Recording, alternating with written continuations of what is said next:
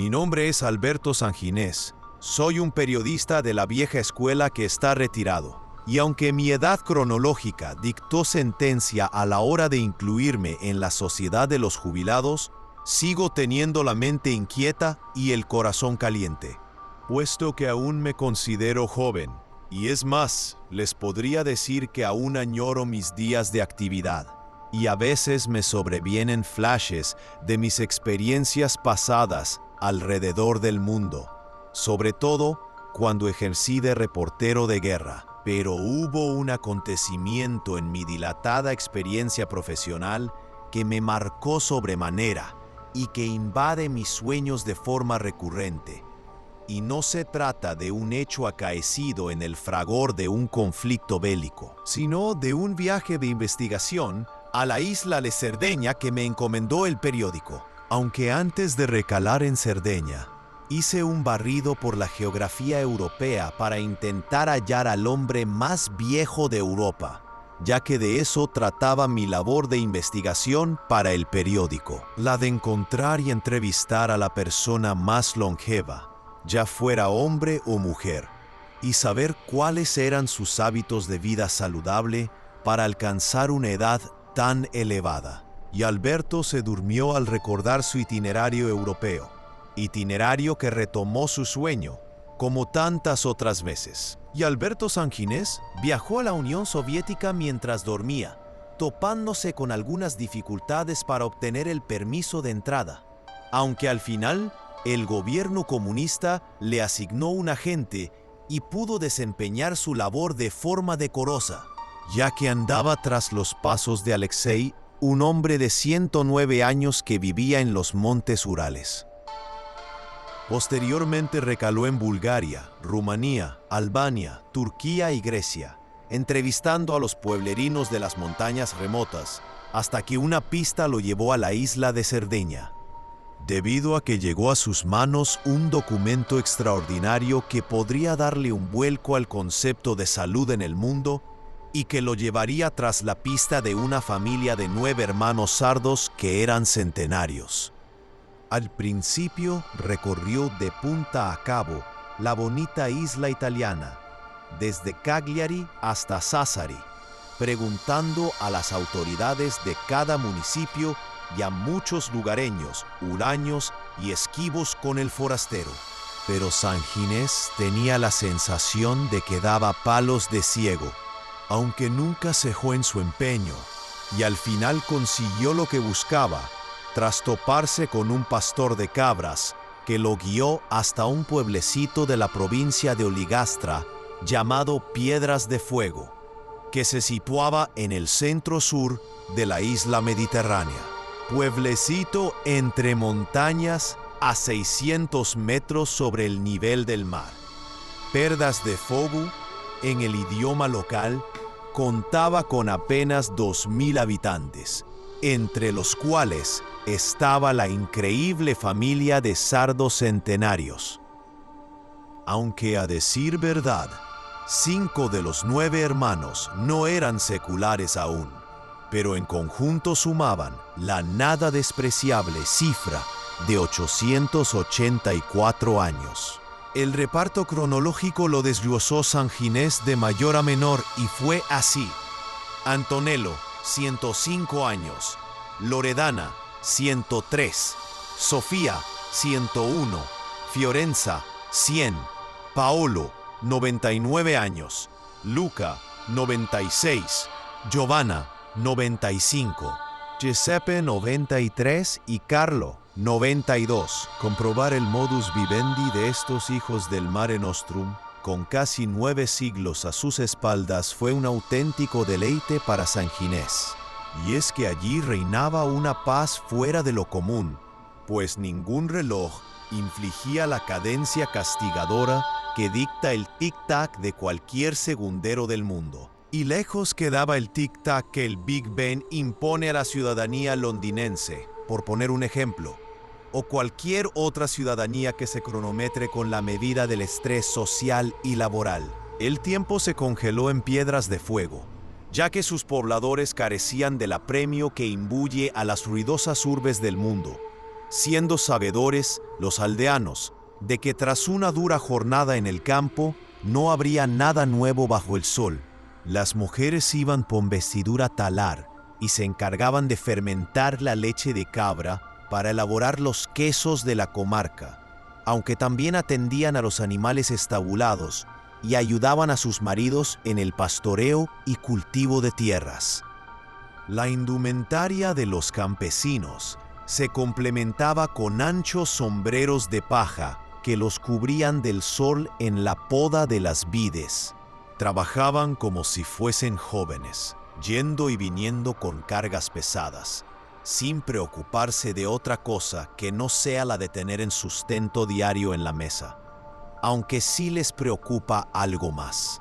Y es que dicen que las únicas preocupaciones de los sardos son los incendios forestales y el buitre grifón, debido a la escasez de lluvias y las temperaturas de hasta 45 grados en épocas estivales, junto a los altos porcentajes de humedad entre el 30 y el 50%. Razones suficientes para preocuparse, ya que estos factores provocan los incendios que afectan a la población de alcornoques, encinas, enebros, castaños y pinos silvestres. La otra preocupación es el buitre grifón, depredador natural del ganado ovino y caprino, por lo que los pastores ven diezmada su cabaña. El ave es casi inaccesible para el hombre, porque su hábitat se encuentra en las zonas más rocosas y escarpadas.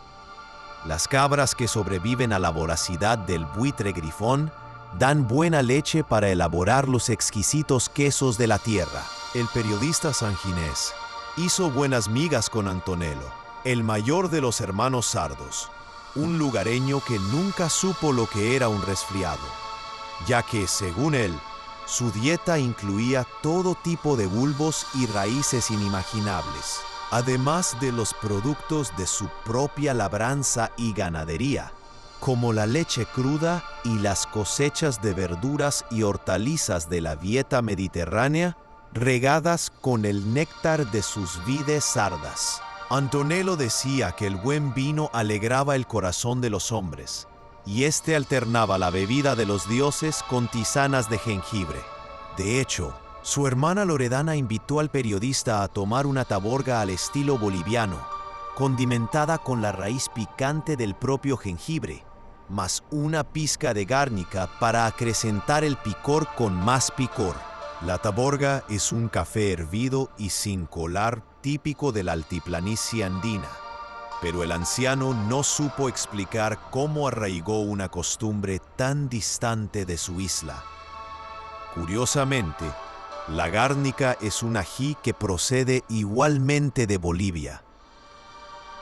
Qué extraña conexión existía con el país andino, siendo Cerdeña una lejana isla del mar Mediterráneo. Sanginés nunca obtuvo respuesta a esa incógnita. Antonello le explicó que el consumo de jengibre era rutinario en su casa desde que tenía uso de razón, aunque hubo otros hábitos alimenticios que suscitaron la curiosidad del periodista, como el disciplinado consumo de carne de ciervo y jabalí, abundante en sus bosques y escasa en sus despensas, pues la probaban en contadas ocasiones.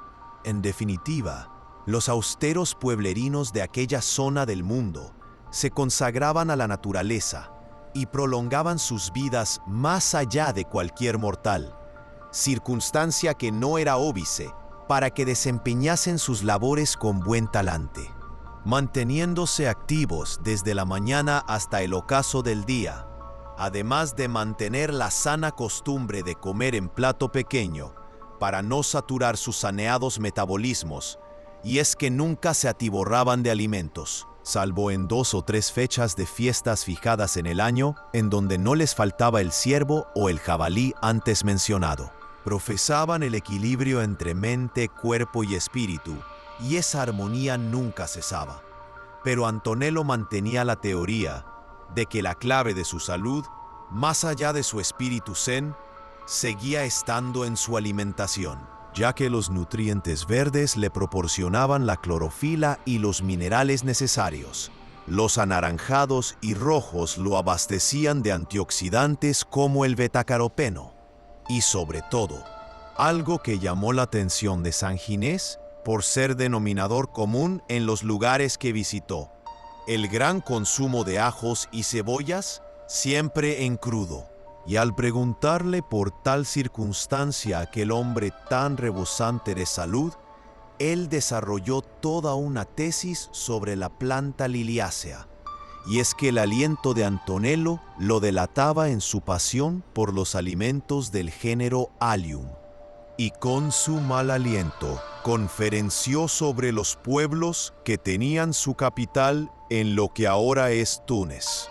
Antonello adujo que los fenicios y cartagineses estaban versados en el arte de la navegación y transportaban mercancías por el mar Mediterráneo desde tiempo inmemorial, y por ende daban a conocer las virtudes del ajo, pero además el almacenado en sus bodegas como el tesoro de los tesoros, lo consumían en grandes cantidades.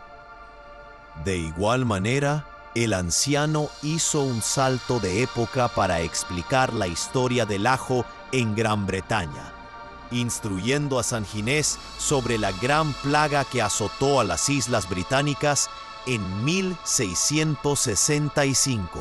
Plaga de peste que mermó a la población, excepto en una casa de Chester en la que todos sobrevivieron, debido a que apilaban grandes montañas del tónico en su sótano. Y saltó siglos al mencionar a Heródoto, cuando habló sobre las inscripciones en la Gran Pirámide de Egipto, que hacían referencia a los esclavos alimentados con los preciados rábanos y ajos, para procurarles la fortaleza necesaria en tan penosa labor. Después nombró a Galeno, discípulo de Hipócrates, que le atribuyó a la planta bulbosa el mérito de ser el mayor antídoto contra todo veneno. El sardo tampoco pasó por alto a Aristófanes, el excelso escritor y comediógrafo griego, ya que éste decía que adoraba las propiedades del ajo porque restablecía las energías genésicas y viriles del hombre de aquella época, y se utilizaba, sobre todo, entre los atletas que querían batir marcas deportivas. Antonello le mostró a San Ginés la variedad rosácea de un ajo gigante que cultivaba en su terreno, y ante esa sorprendente visión, no había nada más que añadir sobre las propiedades del ajo. Además, solo había que ver a Antonello y su familia para comprobar dichos beneficios.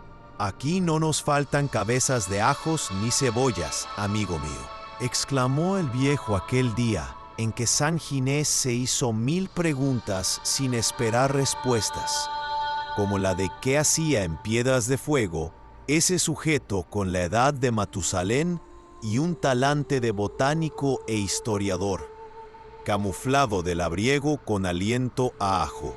El periodista estaba abrumado por los conocimientos que poseía Antonello en tan recóndito lugar, tras dedicarse a la lectura bajo la amplia sombra de un milenario árbol que cobijaba al centenario hombre. Entonces, Antonello soltó una frase en modo de pregunta que dejó atónito a Alberto San Ginés. «Aún no le he presentado a mis padres. ¿Quiere conocerlos?» «¿Cómo?» San Ginés tragó saliva y no pudo reaccionar, ya que solo tenía cabida una pregunta en su cerebro. Si este hombre tiene 105 años, ¿qué edad tienen sus padres? Vivos. Y de repente, Alberto San Ginés despertó de aquel sueño eternizado con 1000 preguntas sin responder. Preguntas que lo asaltaban estando dormido y estando despierto, ya que no se atrevía a abrir una carta enviada por Loredana desde Cerdeña, manteniéndola cerrada en su mesilla de noche por varios días. ¿Loredana? No puede ser. Han pasado muchos años. Yo estoy jubilado. ¿Loredana, la hermana de Antonello? Imposible. Recuerdo que cuando entrevisté a aquella familia, Loredana contaba con 103 años. No puede ser. No puede ser. San Ginés se armó de valor y sacó la misiva del cajón de su mesilla de noche. abriendo aquel sobre con el pulso tembloroso. Entonces comenzó a leer. Querido y apreciado Alberto Sanginés, hoy te escribo en representación de la gran familia de piedras de fuego que te lleva en sus oraciones. Pero ante todo, te diré que hilar palabras emotivas y plasmarlas en una hoja de papel es difícil tesitura para mí, pues sabes que el máximo exponente para desempeñar ese cometido es tu buen amigo, mi fraternal Antonello. Pero en esta ocasión no será él quien asuma la responsabilidad de comunicarte los acontecimientos acaecidos en el seno de esta humilde casa de las montañas sardas. He de decirte que antes de plasmar mi escritura de tinta fuliginosa, me he visto obligada a traicionar mi afición al jengibre con la cruda tisana del nepente del olvido, para así poder manuscribir lo que viene a continuación. Lamento tener que decirte que tu buen amigo Antonello falleció el pasado 23 de agosto a la edad de 145 años. Por tal motivo, vivimos momentos de pesadumbre y lamentamos que ahora recojas el testigo de nuestro pesar a través de mi pulso tembloroso, pues la que escribe, con las manos agrietadas como la corteza de un roble, nunca deseó trasladarte la nefasta noticia, aunque el temblor de mis agrietadas manos de corteza de roble se acentúa con las lágrimas vertidas sobre el papel, lágrimas que no mitigan los rescoldos del triste pliego quemado por la inmensa pira de mi alma, cuando evoco a mi querido hermano.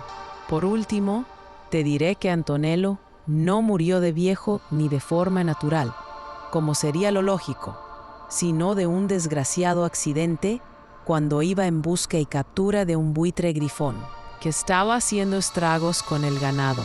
Antonello se despeñó por aquellos acantilados rocosos y no se pudo hacer nada por su alma. Sin más, me despido con un fuerte abrazo. Loredana. Este relato es una adaptación de un fragmento de mi libro El Remedio Secreto. Si te gustó el video, dale al like, comparte y suscríbete. El canal te lo agradecerá y así nos animarás a seguir creando contenido. Gracias. Mi nombre es Octavio y soy periodista. Un periodista oxidado, según el médico que me hizo la revisión de rutina. Y me diagnosticó con tanta franqueza que fue como si me cayera un jarro de agua fría sobre la cabeza, ya que nunca suelo pillar un resfriado. ¿Yo oxidado? ¿Estoy oxidado? Y de repente me imaginé como esos portones de bisagras herrumbrosas en un pueblo costero, debido al salitre del mar. Y es que el doctor me instó a que huyera del estrés del trabajo, si quería seguir en el mundo de los vivos. Y yo tenía pesadillas con aquel galeno que me regalaba sermones como: tienes que poner de tu parte para rebajar el nivel de estrés al que estás sometido. Ayuda a que se restablezcan tus biorritmos. Estás tan alterado que parece que desayunas 1,5 kilos de anfetaminas. Quieras o no quieras, voy a firmar tu baja temporal. Los corolarios del facultativo se certificaban con las taquicardias que me daban cada 2x3 en los últimos tiempos, tras convertirme en el típico espécimen que se refugia en su profesión para soterrar su separación matrimonial. Oxidado. Entonces Octavio se durmió y su subconsciente lo llevó a la oficina de la redacción de su periódico, concretamente a la pared donde se encuentra el cuadro que siempre lo atrajo. Y allí se preguntaba qué hizo Miguel de Cervantes con los escritos del Quijote que tuvo que descartar. Y acto seguido, pensó en la cantidad de bosquejos que Goya pudo desechar al pulir su obra pictórica. Saturno devorando a su hijo, concluyendo que sería imposible descifrar ambas incógnitas. Sin embargo, el hombre que se enfrascaba en su onírico dilema de ámbito cultural apoyaba su espalda en la pilastra de una oficina que acumulaba papelería para regenerar el esquilmo de la Amazonia o empapelar las mismísimas torres Kio, desde la base hasta la cúspide, dado el tonelaje de papel que fue derivado de aquella zona selvática, posiblemente. Y la descendencia maderera había recalado en el despacho de un periódico de Madrid. entre folios, impresos y ficheros que amarilleban por el paso del tiempo, sin guardar un patrón temático o cronológico. En aquella estancia vegetaban innúmeros reportajes fotográficos y artículos de opinión, junto a cúmulos de papel sobre las sillas, crónicas sobre las mesas, ilustraciones sobre el ordenador, entrevistas sobre el suelo y cúmulos sobre cúmulos. Los archivadores permanecían abiertos de par en par, apreciándose el estado herrumbroso de su esqueleto tras el inexorable devenir de los años. Y justo encima de uno de ellos yacía un vaso de plástico malo con restos de café malo, y acaso tomado en mala hora, a tenor del color alquitranado, productor de úlceras de estómago a la larga o a la corta. El estimulante vertía su coágulo sobre un folio más parecido al papel de calco que a documento de cierta seriedad. Daba la sensación de que en aquella redacción se había perpetrado un robo con destrozo. ¿O qué otra circunstancia podría ser si las noticias no anunciaron terremotos en Madrid? Octavio reflexionaba sobre su asiento a base de bloques de papel y junto al pilar de estuco que le sostenía la espalda, cuando escuchó un rastreo de patitas a varios metros, advirtiendo un puntito del tamaño de un grano de café que sorteaba las hojas que poblaban el suelo, aunque a veces las transitase para cortar su camino. Octavio agudizó la vista y descubrió a un escarabajo que profanaba los folios que pisó él momentos antes de la marcha fúnebre del coleóptero. Entonces se agachó para examinar al insecto sobre un papel que estaba impreso con la propia suela del zapato de Octavio, sellada momentos antes con el logotipo de marca registrada y su número 42 de zapato. El escarabajo se desenvolvía entre la huella de su calzado Martinelli y el encabezamiento de un artículo indeterminado que no quiso comprobar, despejando al insecto con un certero golpe de mano. Y tras el despeje del intruso, volvió a la montaña de escrituras que hacían de improvisado asiento, y decidió alzar una mitad de la columna de folios, como si se tratara de un suave corte de baraja francesa por experto jugador de póker, quedando al descubierto la yema de documentos de la otra mitad tras el corte al azar. Y fue el azar, o más bien casualidad, reencontrarse con una crónica que hablaba del mítico Amarillo Slim. ¡Qué recuerdos! Balbuceó al rememorar la entrevista que le hizo a aquel apostador profesional de sombrero vaquero. Y es que Slim no tenía prejuicios a la hora de desplumar a oficiales o a soldados rasos, ya que en su juventud se alistó en la Marina de los Estados Unidos, ganando una pequeña fortuna en medio del Pacífico. Slim ganaba en el juego, porque captaba con su fino olfato el olor de los compuestos orgánicos que desprenden los verdes de George Washington. Y Octavio recordó la impresión que se llevó al conocer a un tipo entallado con una chaqueta de flequillos, camisa de botones esmeraldinos, botas de espuelas y un sombrero tejano que incluía una cabeza de serpiente. Un palillo entre dientes fue la carta de presentación del espigado Slim, pareciendo surgido de un rodeo en Dallas. A decir verdad, solo le faltaban 2 revólveres y un caballo para corroborar que era un paleto de la América profunda. Y la verdad es que Slim era un ganador, astuto, enigmático y observador. En realidad se llamaba Thomas Austin Preston, aunque se había rebautizado con el nombre de Amarillo por el pueblo tejano que lo acogió de niño. Amarillo llevaba el juego en la sangre, sangre tan fría como la serpiente de cascabel que se adosaba a su sombrero. Y el pecado del reptil para acabar, como un vulgar souvenir, fue morder a Amarillo en su juventud.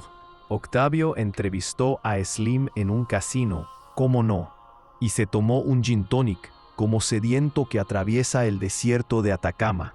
Y aunque el tejano era abstemio, le dijo al periodista que su consumición no era bebida para hombres. Entonces, Octavio fue impelido al salón para jugarse unos $1 a la ruleta, ya que el vaquero le comentó que el camino se demuestra andando, y no con palabras. Entonces, el sureño lo tuvo claro y apostó al 21, aconsejándole a Octavio que pusiera su dinero en el 12, ambas casillas de color rojo. Pero el madrileño llevaba lo justo y se imaginó desplumado como un pavo, y depositando el pasaje de vuelta a Madrid como aval, y más, sabiendo que la ruleta americana no es tan benévola como la francesa, por lo que la banca tiene las de ganar. La americana tiene 38 casillas, una para el 0, otra para el doble 0 y 36 casillas más.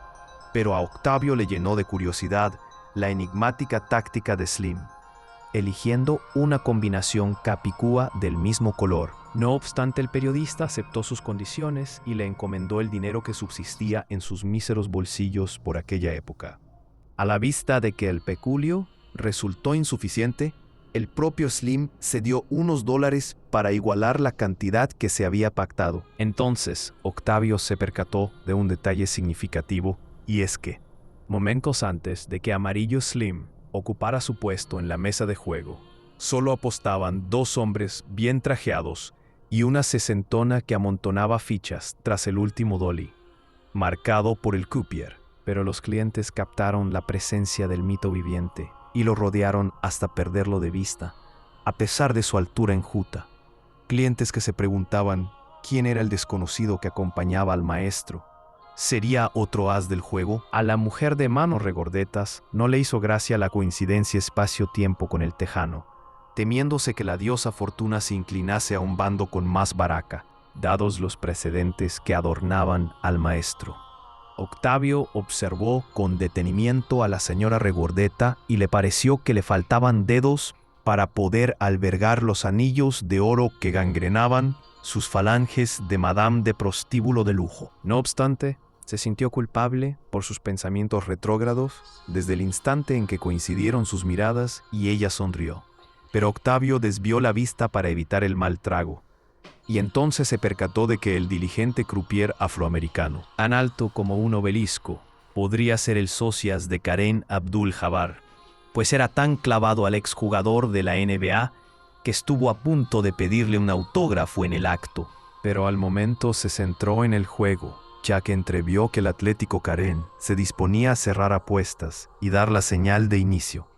Una vez acabado el trasiego de fichas y manos sobre el tapete verde oscuro, 16 manos de 8 apostantes en aquella mesa, aunque en realidad los rodeaban como 50 personas, más la rimbombante dama de los dedos oprimidos por el metal precioso, que resoplaba entre furiosa y acalorada al advertir que Slim iniciaba su show de señas y susurros al oído del periodista. Con serenidad pasmosa, Slim le advirtió a Octavio sobre las mañas de los croupieres en el lanzamiento de la bola marfilada, aconsejándole que no pusiera sus fichas hasta el último momento. Y es que el maestro pretendía que un pardillo jugase al límite del no va más, tanteando la estrategia y actuando en consecuencia, aunque dependiendo de la flexibilidad o rigidez de cada jefe de mesa.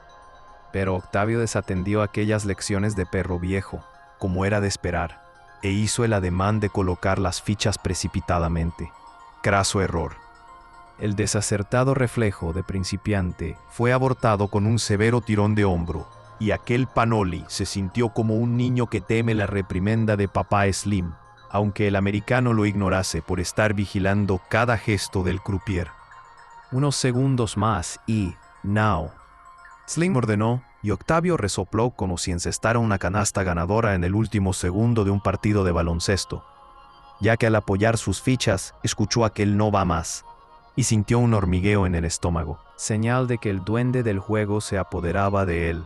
El periodista se sugestionó ante una ruleta que lo hipnotizaba con su torre plateada y sus cazoletas unificadas por la velocidad giratoria, y quedó fascinado con sus azares, pues parecían rubíes incrustados en la madera, aunque se depreciara su brillo corindón por la vorágine del efecto rotatorio.